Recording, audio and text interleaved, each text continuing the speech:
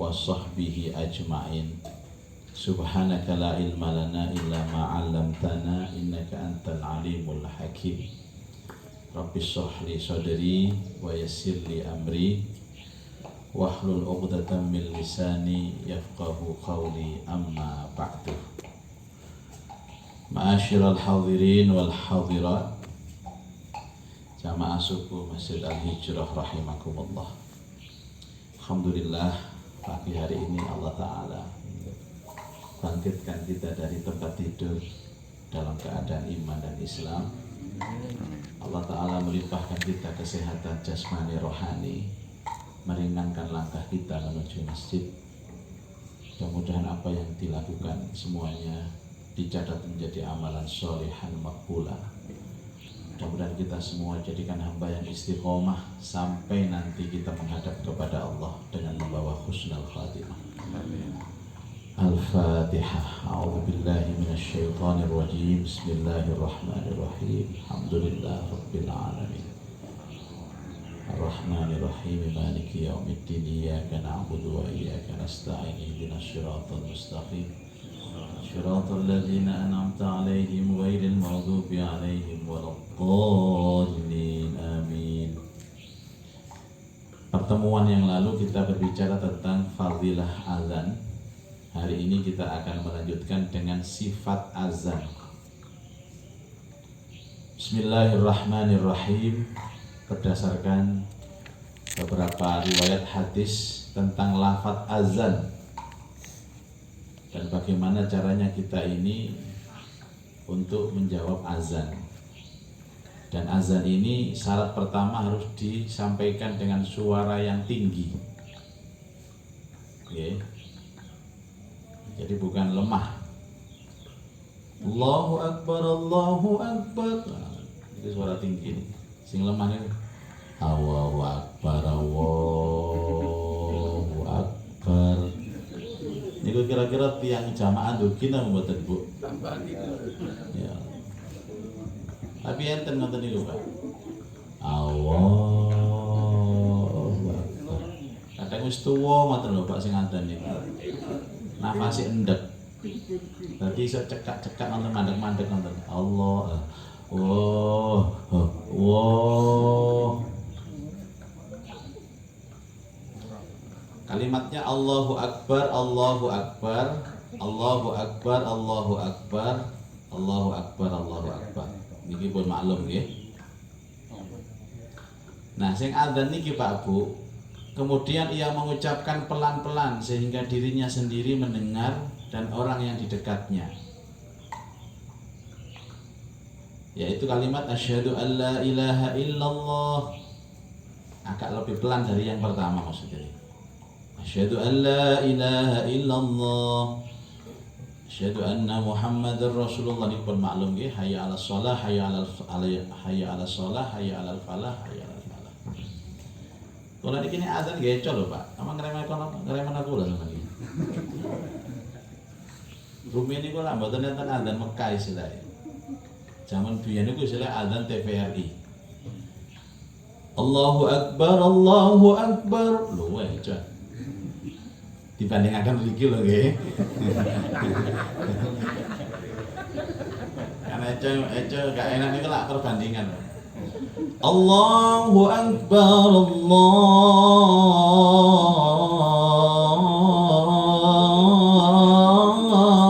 Akbar. Biyen niku namung usum niki tok Pak. Adzan TVRI jenenge iki. Saat ini gara-gara YouTube niku lho. Akhire ono adzan Mekah. Allahu Akbar, macam-macam.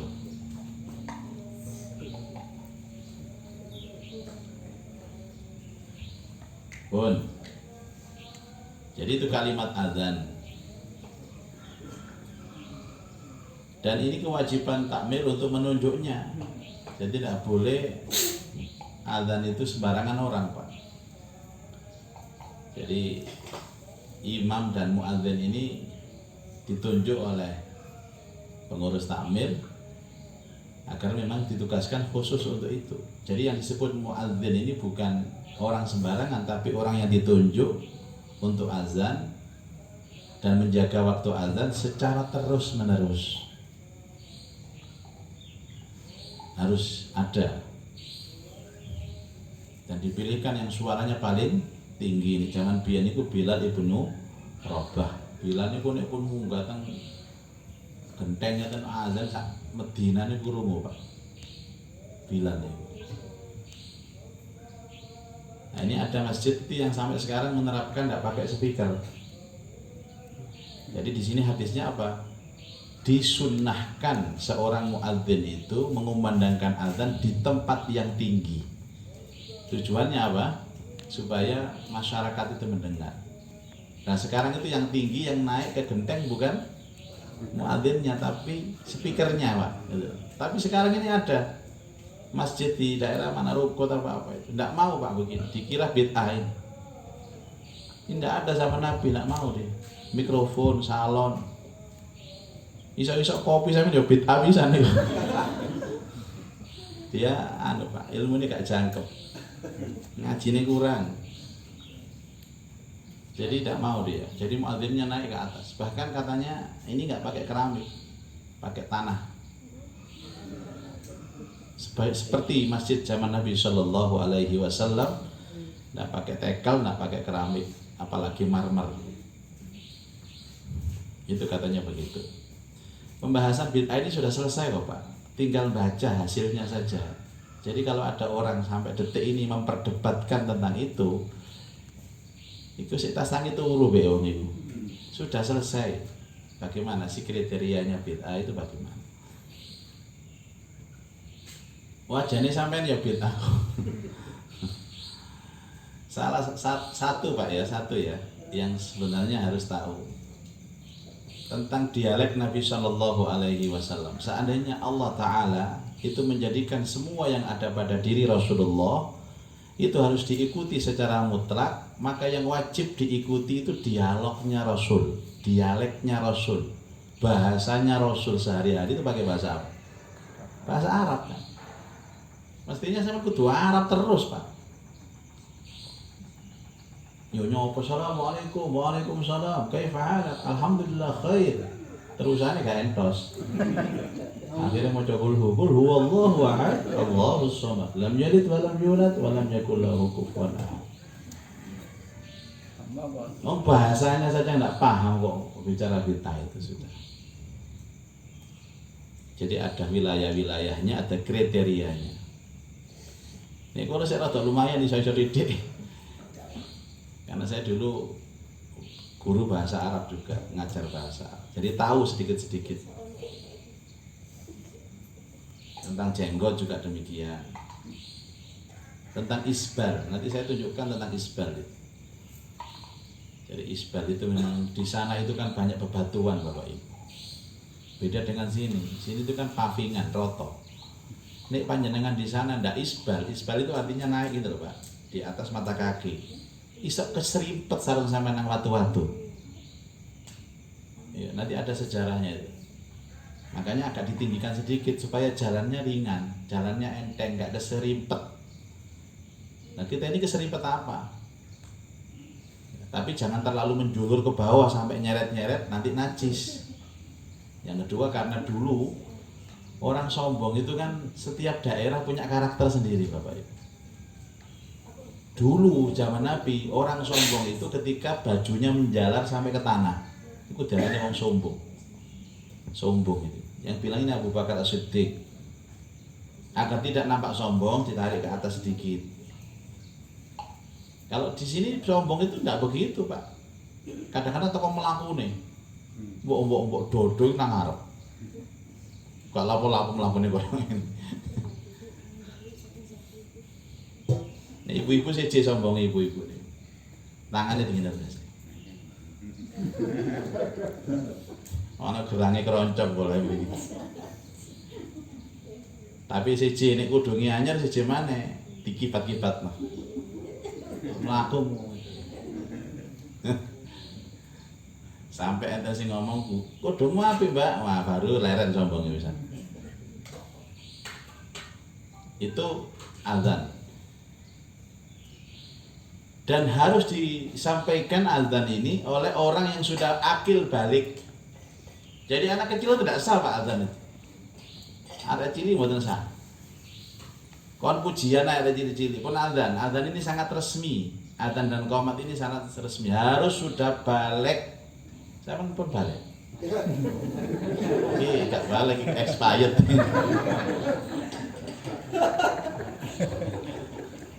Brengose anu iki wis komplit. Jika ada orang kafir menyerukan azan, umpama Pak ya, ada masalah. Kemudian di dalam azan itu apa? Dia masuk Islam. Masuk Islamnya itu azannya karena di situ ada syahadat asyhadu an la ilaha illallah dan asyhadu anna Muhammadar Rasulullah.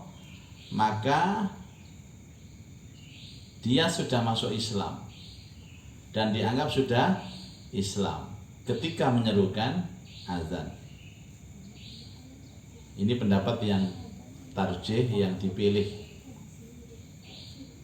Kemudian itu sifatnya azan. Saya kira tidak ada persoalan Bapak Ibu kecuali as-salatu khairum minan naum, azan khusus untuk subuh. Jadi kalau yang lain itu kalimatnya sama, Allah Akbar, Allah Akbar, Allah Akbar, Allah Akbar, asyhadu an la ilaha illallah, asyhadu an la ilaha illallah, asyhadu anna Muhammadar Rasulullah, hayya 'alas shalah. Hayya itu apa Pak, Bu? Artinya apa? Ayo, hayya 'alas shalah, ayo salat. Hayya 'alal falah. Falah itu apa? Falah itu kemenangan dan kebahagiaan. Hayya 'alal falah, ayo menuju kemenangan dan kebahagiaan. Kalimat itu terakhir ini mau ditambahi Pak, hayya 'alal jihad. Tidak tahu ini siapa yang nambahi. Jadi kalimatnya itu. Dan azan ini memang untuk awalnya untuk sholat 5 waktu, baik dia sholat berjamaah maupun sholat sendirian. Itu azan Pak. Hukumnya sunnah muakkadah, sangat dianjurkan. Misalnya jenengan sholat diwian nggih karena ewangi, ya azan sendiri, qomat sendiri, salat sendiri. Biasanya orang tidak azan langsung iqomah kalau sendirian. Padahal disyariatkan walaupun sendirian juga membaca azan. Kalau sendirian ya jangan keras-keras Pak. Ini kalau azan yang nisbatnya kepada masjid maka keras. Kalau sendirian ya jangan keras-keras. Engko azan diwian buwanter, qomat diwian buwanter. Itu sudah dipastikan bahwa kita ini gendeng gitu. Ya Allah, kemudian sifat iqamah. Iqamah juga seperti adanya azan, kalimatnya lebih pendek. Allahu Akbar, Allahu Akbar, asyhadu an la ilaha illallah, asyhadu anna Muhammadar Rasulullah, hayya 'alas shalah, hayya 'alal falah. Lebih baik diwakafkan. Hayya 'alas shalah, hayya 'alal falah. Kalau mau diwasolkan yang betul, hayya 'alas sholati, hayya 'alal falahi. Terus qad qamatis sholatu, qad qamatis sholatu. Lebih baik diwakafkan aman. Qad qamatis sholah, qad qamatis sholah, aman. Kalau mau diwasolkan harus benar. Qad qamatis sholatu, qad qamatis sholatu. Karena ada yang membaca qad qamatis sholati, qad qamatis sholati. Jadi itu secara tarkibnya juga salah. Dan yang azan itu juga yang iqamah. Yang azan itu kalau bisa yang iqamah. Kula nate Pak nggih azan-azan dhewe, qomat-qomat dhewe, kula ngimami dhewe, wiritan-wiritan dhewe. Soalnya kalau saya teko nang masjid ijenan kula. Guanjaran tak pepek dhewe. Karena harus suara yang tinggi, maka diharapkan yang muadzin itu yang muda-muda saja. Di Mekah itu kemarin wafat Pak yang muadzinnya, Syekh siapa itu? Itu usianya hampir 90 tahun, tapi suaranya itu tinggi sekali. yang biasanya adzan, yang biasanya takbiran di Masjidil Haram itu. Ngerungokno ngoten niku rasane merinding ngoten. Di sana didukung Pak, memang suaranya bagus, mikrofonnya juga bagus. Kula anggar mriku niku gak tau ngrungokno mike Masjidil Haram iku bengung gak tau. Gak tau. Nggih. Niku bedane Masjidil Haram kali Masjid Surabaya. Surabaya kakean tangan ya. Kadang banter, kadang gak banter wis. Makane kula nek diundang wis lillahi taala wae bapak. Wis maca kadang wabot wis. Maca Fatihah niku wabot ya apa mikir kira. Wis lillahi taala wae. Jadi satu ndak ada namanya ngeten iki, Pak. Yang ada itu gini. Mic-nya mic standing mic gitu. Tapi pekanya luar biasa. Kalau nanti nyoba nih nanti. Nyoba tok. Kalau nanti Pak ngimami teng Masjidil Haram nanti, tapi jamaah kula dhewe teng Masjidil Haram mboten melok mriku. Karena telat ning gawe salat dhewe. Akhirnya kula ngimami, Pak. Paling tidak ada cerita. Kula nanti ngimami Masjidil Haram. Sampai tinggal di terawih nih teng TV nih, kalau buatnya teng cantolan mriki. Apalagi dikek nang ngene kuping ngeten iki. Oh niku tambah keri kabeh kula. Tapi berhubung ana ing ngoten nggih pun ditamel mawon. Ngaten Pak. Lah kadang-kadang ini solusi Bapak Ibu. Mikir kan solusi nggih. Solusi, niki solusi. Jadi lebih keras. Rumiyin boten. Wis dingetenaken gak krungu suarane. Wah, akhirnya imami nyedek nang miku iki. Dadi miring antara awak kali ndase miring. Bismillahirrahmanirrahim. Salat ngene. Alhamdulillahirabbil alamin. Terus nih Allahu Akbar. Sing swara niku nek munggah. Kok dikecat tok. Bismillah. Yes. Ini tugasnya takmir ya, untuk bagaimana supaya, karena kalau suaranya bagus, mic-nya jelek ya dadi elek. Suara elek nek mic apik kaya ngeten iki, Pak. Iku rotok membantu ngoten. Rotok membantu. Karena kebutuhan. Itu kalimat atau sifat azan dan sifat iqamah. Baik.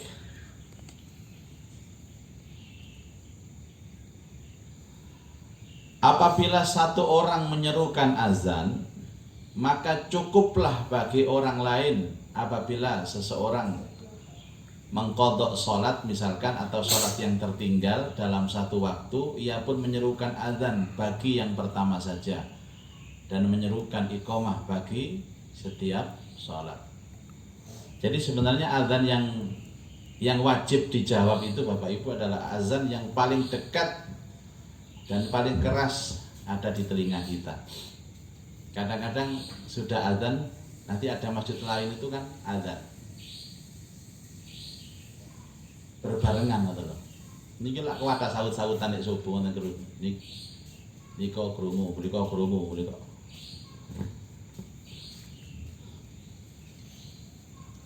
Dan apabila menjamak salat, maka ia pun menyerukan azan di sholat yang pertama, adapun yang kedua cukuplah iqamah, seperti yang dilakukan Nabi Shallallahu Alaihi Wasallam pada waktu haji. Beliau di Arafah melaksanakan sholat zuhur dan asar di jamak takdim dengan mengumandangkan satu azan dan dua iqamah. Jadi azannya ada di sholat yang pertama, tapi iqamahnya dua kali. Jadi panjenengan di jamak qashar niku hendaklah iqamahnya dua kali, azannya cukup satu kali.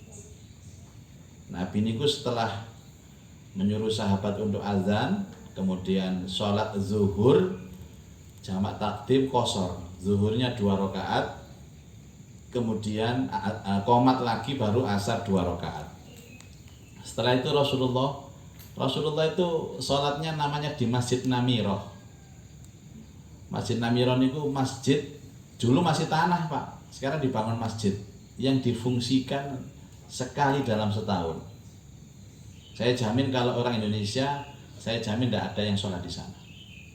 Karena posisi maktabnya Indonesia itu sisi berseberangan dengan Namiro. Indonesia ini paling pucuk dewi Pak, tidak mungkin berada di masjid Namiro. Makanya diluaskan area wukuf itu yang sebenarnya Bapak Ibu sekalian, kita tidak bisa mutlak mencontoh Rasulullah, tidak bisa. Nabi wukuf sholatnya itu di Masjid Namiro, kita tidak bisa. Kalau seluruh dunia itu minta di Masjid Namiro semua, tidak kamot Pak. Setelah itu Nabi baru wukufnya di mana? Di Jabal Rahmah, dan wukufnya itu di atas ontanya. Jenengan mboten saged di Jabal Rahmah, nek umroh saged Pak, nek haji mboten saged. Tebe. Apalagi kemudian wukuf di atas onta, gak iso niru sampean. Onta iso apa digawe ini? Kita wukufnya di tenda. Nabi itu di atas unta Pak, di bawah kolong langit sampai menjelang maghrib, menjelang tenggelamnya matahari. Dan jenengan sing haji Indonesia niru Nabi temen ya. Mari asal jadi kerupuk. Karena goreng tok pokoknya. Enggak kuat panasnya Bapak Ibu. Nah, ini jangan kita ini tahu bahwa kita ini sudah tidak bisa mencontoh Rasulullah Shallallahu Alaihi Wasallam.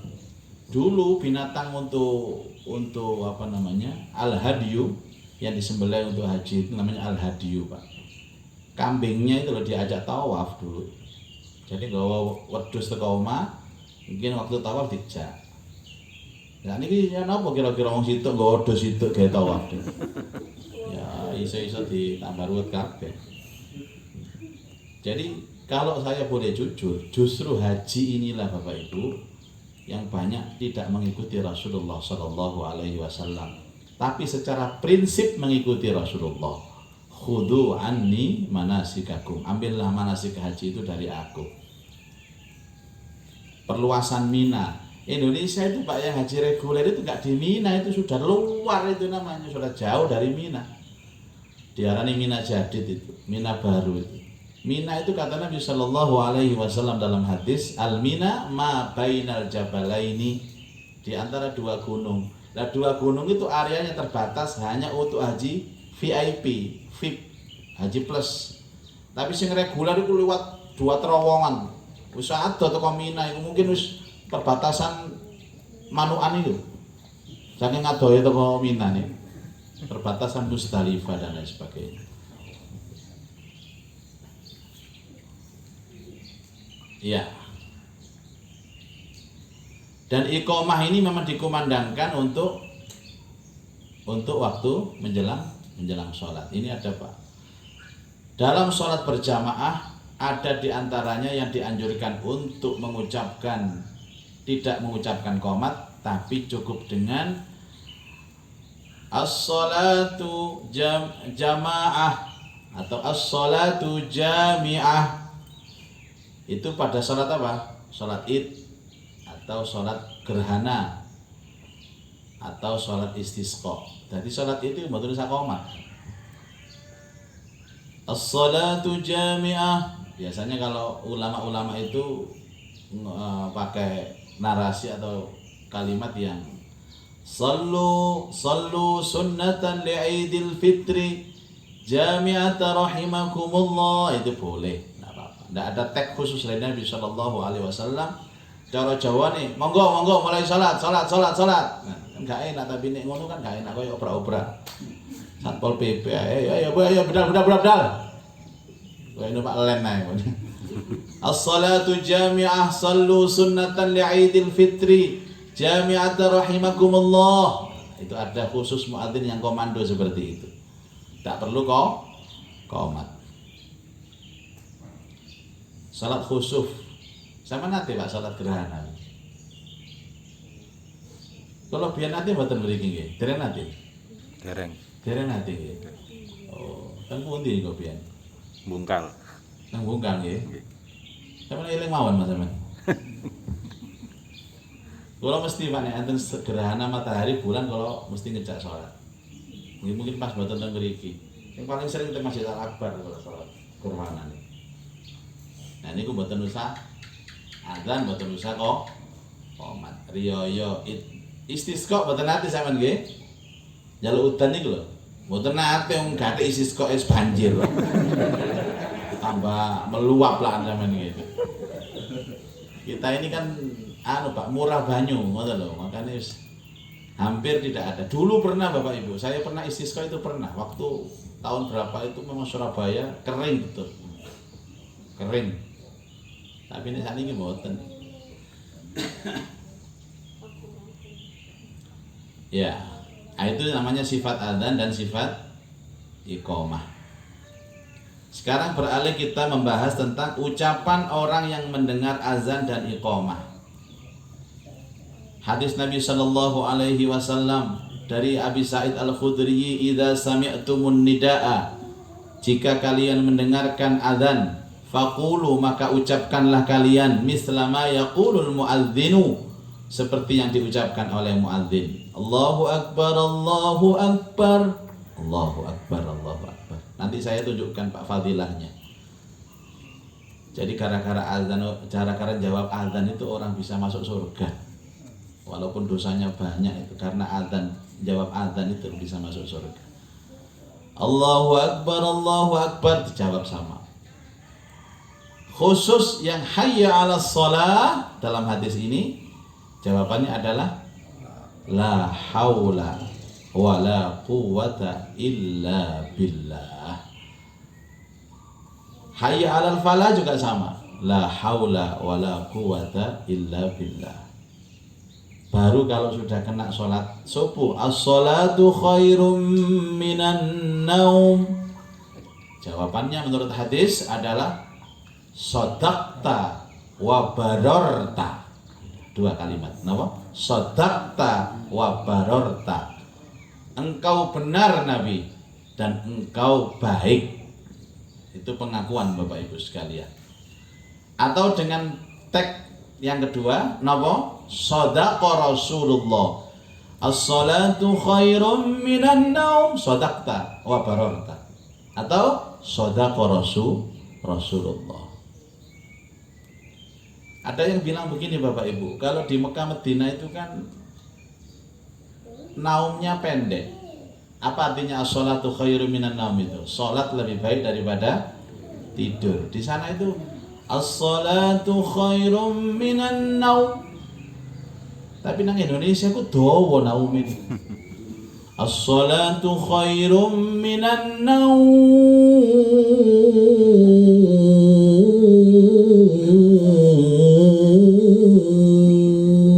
Wah, akhirnya sing asale tangi turu maneh, Pak. Jari ini ngoten, jari ini ngomong niku. Kalau dalam konteks bahasan tajwid, naum itu kalau diwakafkan itu menjadi mat lain. Mat lain itu adalah mat jika ada wawu mati atau ya mati jatuh setelah harokat fathah.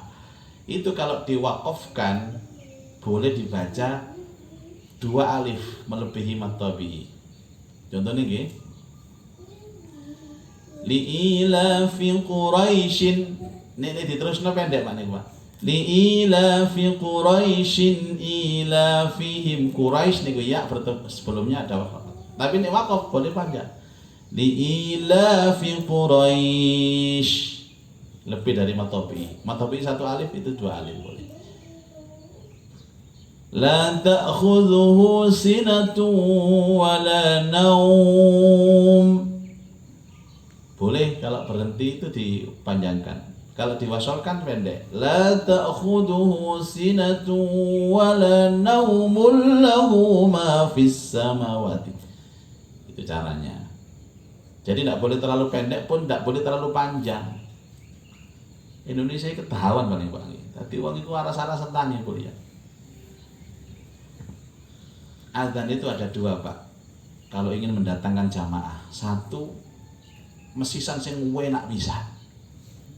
Utawa mesisan sing gak enak bisa. Iku wong iso moro iki. Kami gawa sandal.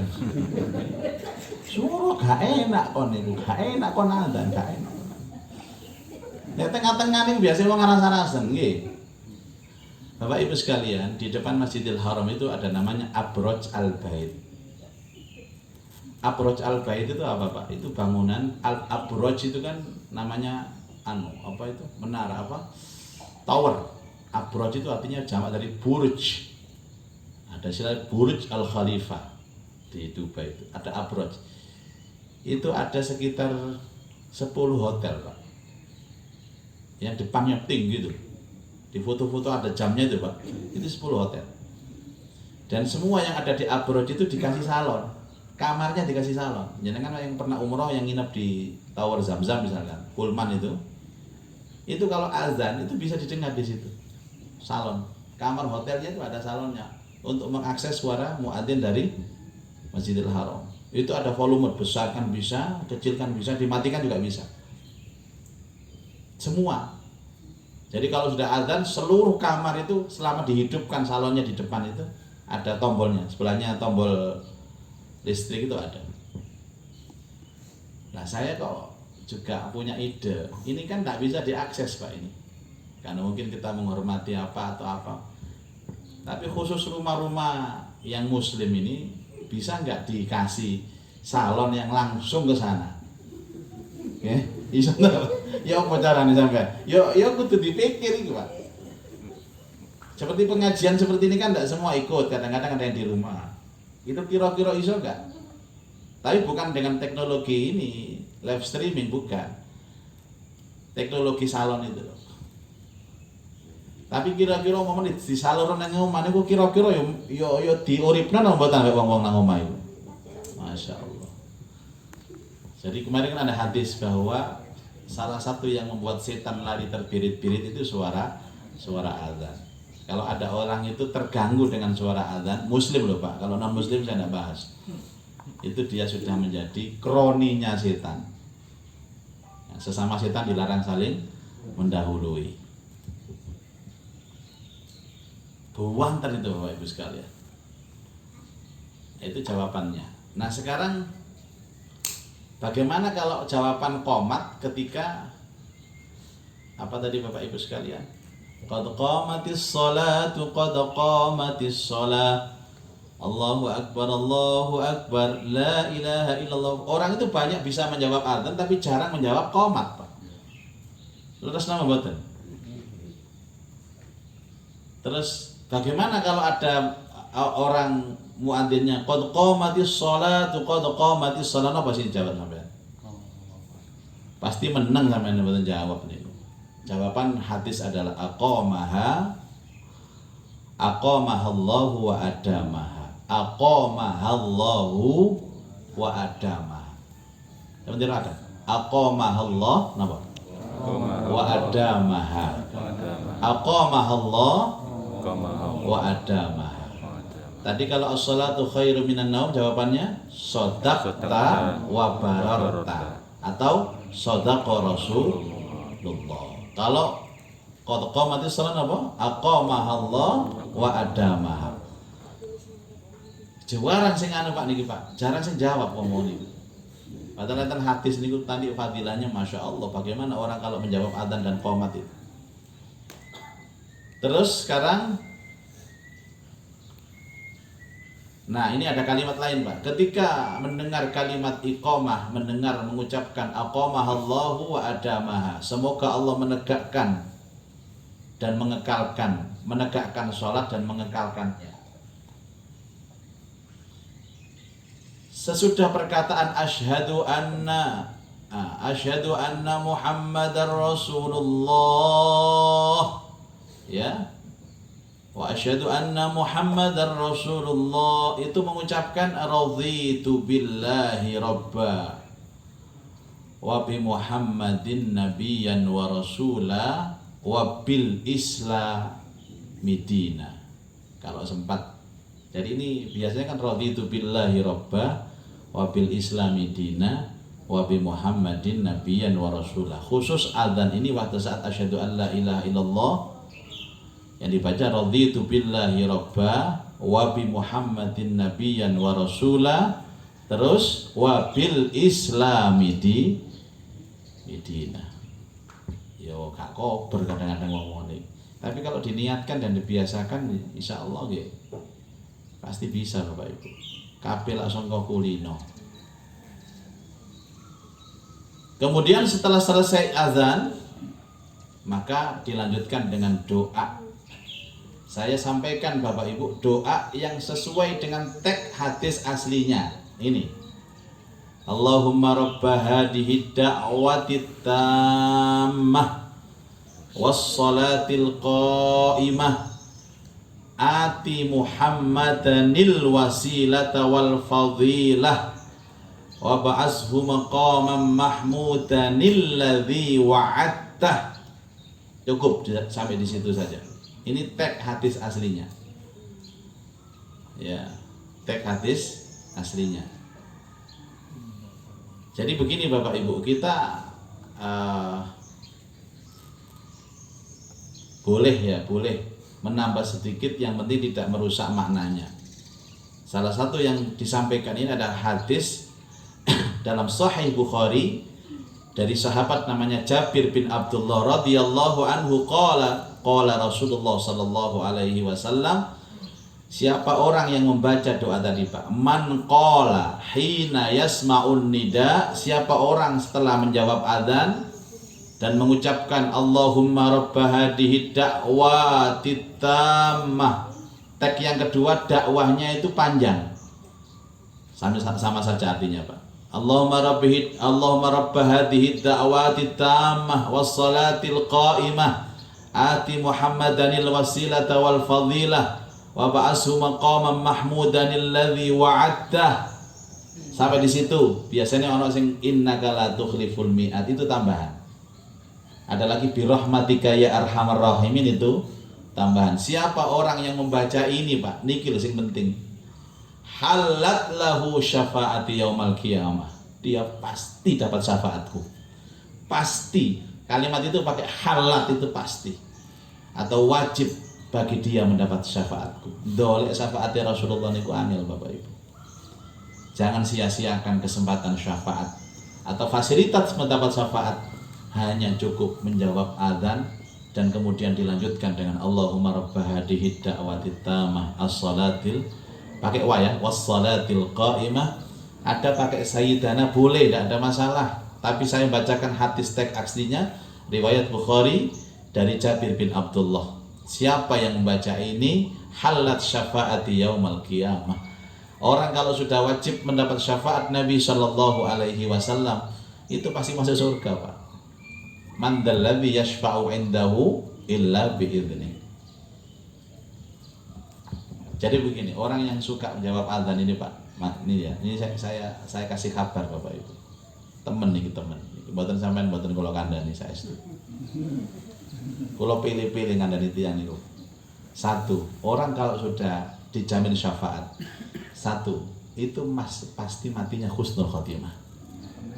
Apapun bentuk matinya, mau dia sakit, mau dia jatuh langsung mati atau kecelakaan mati, tidak penting itu, keadaan itu tidak mempengaruhi. Yang penting kondisi di akhir hayat itu, orang yang dapat syafaat itu pasti husnul khotimah. Satu. Dua, itu pasti mendapatkan nikmat kubur. Kan ada istilah, nanti ada hadis-hadis sahih tentang nikmat kubur dan juga azab kubur. Sudah pasti dapat nikmat kubur Pak. Nggak usah terlalu berpikir ya apa nang kuburan. Siapa nanti sih Bu?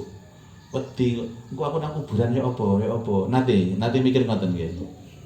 Pun kula kandhani sampean aman pun. Sing teko niki aman. Asalkan baca ini lho, baca doa ini. Ya apa aku nang kuburan iku ambek sapa? Ya apa kok mangane ya apa pun dijamin kabeh nggih sampean. Kula kandhani sampean niku. Nggih. Kula sampun asal kabar niki anyar niki. Nggih, hafal duki Rasulullah. Terus nanti dibangkitkan oleh Allah dalam keadaan wajah berseri-seri. Nomor pinter tiga nggih. Husnul khotimah, nang alam kubur itu dapat cahaya, nikmat kubur, dibangkitkan wajah berseri-seri. Masya wajah wireng. Tapi dibangkitkan berseri-seri. Tidak penting. Jadi jangan nesu, jangan kemauan wajah saya hitam nanti gimana, ndak. Nanti disulap sama Allah putih. Malah sing putih-putih gak tahu menjawab adzan itu kok iso wireng. Terus nanti kan ada Pak dalam hadis yang panjang itu, siapa? Ada orang karena panasnya berapa mil matahari di atasnya itu karena berkeringat, itu keringatnya itu ada yang di telapak, banjir keringat itu, ada yang di telapak kaki begini, ada yang sampai ke mata kaki, ada yang sampai lutut, ada yang sampai perut, ada yang sampai dada, ada sampai menutupi sampai hidung, ada yang tidak kelihatan. Insya Allah yang jawab adzan itu hanya kena banjir keringatnya hanya sampai di telapak kaki saja sudah. Dan nanti akan rebutan mencari Rasulullah Shallallahu Alaihi Wasallam, yang ini yang disebut syafaat. Dan Nabi Shallallahu Alaihi Wasallam jelas loh Pak. Dan tiket mendapat syafaat itu cuman jawablah azan lengkap, dan setelah azan itu ucapkan Allahumma rabba hadihi da'watil tamah sampai allati wa'addah. Kata Rasulullah, siapa yang baca ini halat lahu syafaati yaumal qiyamah, maka pasti dan wajib baginya mendapat syafaatku di hari kiamat. Pun enteng apa abot Bu? Enteng. Tapi kadang-kadang ya lali kan jawab. Dan kalau sudah ada jawab itu Bapak Ibu jangan ada aktivitas yang lain, konsentrasi betul. Ini janji Nabi Shallallahu Alaihi Wasallam kepada kita. Syaratnya itu harus jawab dari awal, jawab muadzin dari awal. Nah ini saya kasihkan hadis lagi Bapak Ibu. Wa an Abdullah ibnu Amr ibnu al-As radhiyallahu anhuma qala Rasulullah sallallahu alaihi wasallam, idza sami'tul muadzin, apabila kalian mendengarkan muadzin, faqulu misla ma yaqul, ucapkan seperti yang diucapkan, tsumma sallu alayya, kemudian bersalawatlah kepadaku. Fa innahu man shalla alayya salatan, siapa yang salawat kepadaku sekali saja, sallallahu biha asyra, maka Allah akan memberikan dia rahmat 10 kali. Satu salawat rahmat 10. Kemudian summa sallallahu li wasilah, jadikan aku menjadi wasilah. Ini loh Bapak Ibu, ini yang di beberapa hadis yang meyakinkan kita tidak bisa kita berdoa tanpa wasilah Rasul sallallahu alaihi wasallam. Disampaikan jadikan aku wasilah. Mungkin karena ulama-ulama kita dulu itu memudahkan kita untuk berwasilah kepada Rasulullah, makanya pakai ilah hadratin nabiyil mustafa Muhammad sallallahu alaihi wasallam. Terserah pakai kalimat itu boleh, pakai kalimat yang lain juga boleh. Ya Allah, jadikan Rasulullah sebagai wasilah doaku kepadamu, jadikan aku wasilah doamu ini. Fa innaha manzilatun fil jannati, karena itu merupakan tempat yang tertinggi di surga. La tambaghi illa li abdin min ibadillah, tidak berhak wasilah itu kecuali hamba dari hamba-hamba Allah. Wa arju an akuna ana huwa, dan aku ingin akulah yang menjadi wasilah itu. Faman sa'ala lil wasilah, siapa yang berdoa kepada Allah dengan mewasilahkan aku, halat lahu syafa'ah, maka dia wajib mendapatkan syafaat. Jadi apa tadi Pak? Allahumma rabb hadhihi da'watil tammah salatil qa'imah ati Muhammadanil wasilata wal fadilah. Ya Allah, berikanlah wasilah dan keutamaan kepada Rasul sallallahu alaihi wasallam, dan bangkitkan Rasul di makom yang termulia di sisi Allah Subhanahu wa taala. Tidak bisa Bapak Ibu, kita tanpa Rasulullah tidak bisa. Nah, karena kita juga karena ke Rasulullah terlalu jauh, maka kita juga berwasilah kepada para sahabat. Sahabat juga jauh, berwasilah kepada tabi'in, berwasilah kepada ulama-ulama, berwasilah kepada guru, berwasilah kepada orang tua, berwasilah kepada orang-orang soleh. Kan ada dulu ceritanya Bapak yang ada wali, tapi Balham itu kan wali dari Yaman. Jadi dia ini wali tapi memang Pak, enggak kelihatan di masyarakat, orang biasa. Di rumah itu selalu dimarahi sama istrinya. Jadi orang yang dimarahi istri itu tanda-tanda wali Bapak ini. Kayak ngerasa kabeh. Ini mana aku ki wali, iya wali daya, wali murid. Terus akhirnya saking sering dimarahi itu dia stres dia. Sudah, akhirnya dia ke hutan.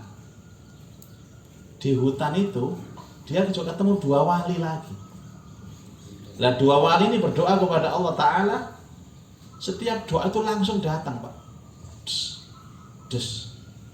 Soto ini teko. Rawon teko. Dua orang ini. Lah si Balham ini lihat dua orang, Masya Allah kok bisa ada orang doa langsung kabul ini. Ini pasti wali Allah itu. Ditanya.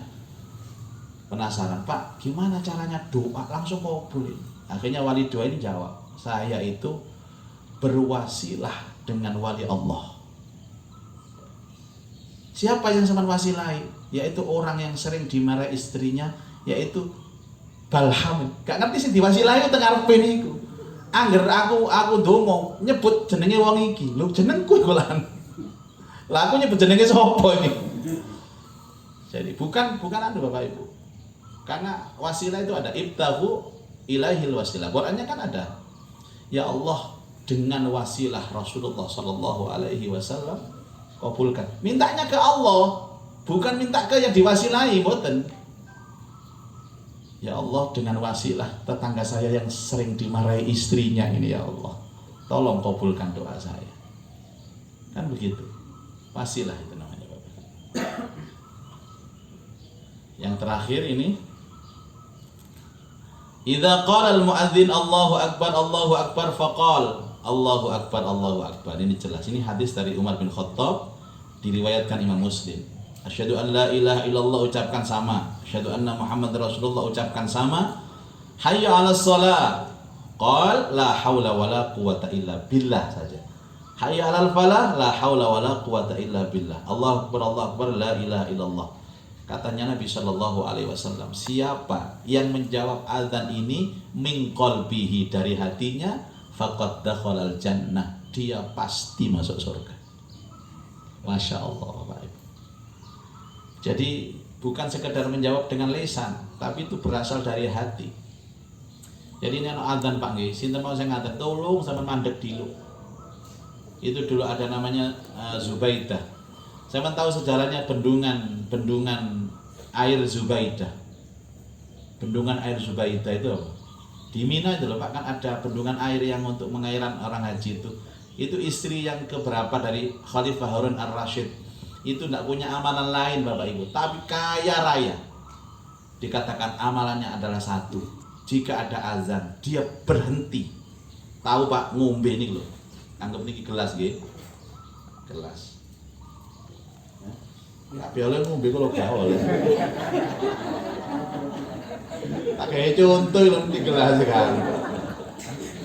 Terus beliau Zubaidah itu Bapak, pernah minum Pak. Pernah minum terus adzan, mau neguk gitu, berhenti Bapak Ibu. Ini gelas nggak ditaruh, nggak dilanjutkan, saking hormatnya dengan adzan, berhenti untuk jawab adzan. Setelah selesai baru dia minum. Dan banyak sahabat yang bermimpi bahwa Rasulullah datang kepadanya. Yang membuat Zubaidah itu kaya raya gara-gara jawab adzan itu. Makanya saya sing utangnya akeh, sing seret dalam hal ekonomi, coba diamalkan Pak, betul Bapak Ibu. Karena kita ini kadang-kadang menjawab adzan ini lesan saja Pak. Siapa orang jawab adzan dari hatinya, ini katanya hadis, dia masuk surga. Terus saya tadi cerita itu, jadi pembuka pintu rezeki itu salah satunya adalah menjawab adzan. Nek sampean telat adzan ya Pak, man sampean kehilangan kesempatan. Karena adzan yang dimaksud adalah adzan yang pertama yang dikumandangkan di masjid itu, bukan adzan yang kedua. Engko sampean subune kerinan, gak menangi jawab adzan, akhirnya nang al-hijrah nyeluk iki kon adzan mana? Adzan mana tak jawab saiki. Tak jawab ya beda siji. Kesempatan itu adalah kesempatan adzan yang pertama yang dikumandangkan oleh muadzin di masjid itu. Mboten menang-menang njaluk muadzine terus adzan. Akhire kabeh moro kabeh njaluk adzan. Dan ini mahal sekali Bapak Ibu. Ini baru tahu kita bahwa betapa keramatnya orang menjawab azan. Artinya orang yang menjawab azan ini ya orang pasti sholat. Kadang ada masjid itu Masya Allah muadzinnya kasihan Pak. Azan subuh kalau masih teko. zuhur gak ono sing teko. Asar sampai isya gak ono sing teko. Akhirnya muadzine bingung, stres. Sing ngene carane adzan jam 10 isuk ya. Akhirnya jam 10 isuk adzan. Wanter mikir, wanter. Allahu Akbar, sak kampung moro kabeh. Muadzin gendeng iki.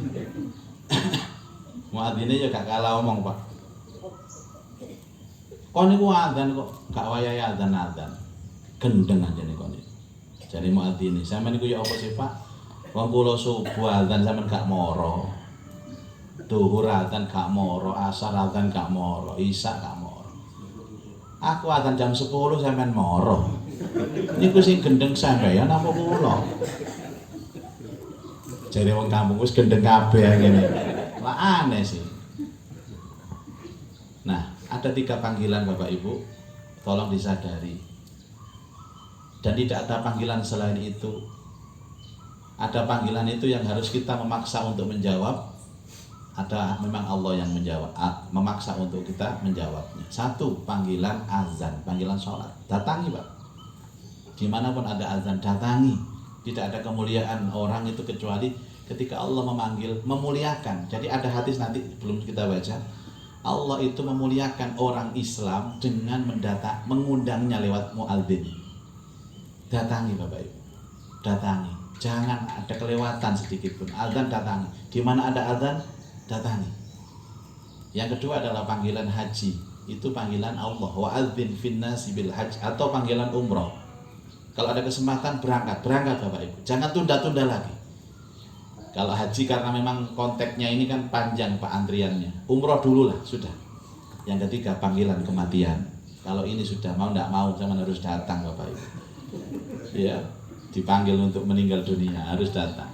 Jadi jaga panggilan Allah, panggilan sholat, panggilan azan, panggilan haji atau umroh, dan panggilan kematian. Kalau sudah panggilan kematian, kullu nafsin dha'iqatul maut, jangan sampai kita menyesal Bapak Ibu. Allah dan Rasulullah berkali-kali mengingatkan kepada kita, azan ini bukan main-main. Azan ini menentukan nasib kita di akhirat kelak, bahagia atau tidak. Itu ditentukan oleh sikap kita terhadap panggilan azan. Terima kasih. Kita lanjutkan dalam kesempatan yang akan datang. Semoga kita mendapatkan ilmu yang manfaat. Al-Fatihah.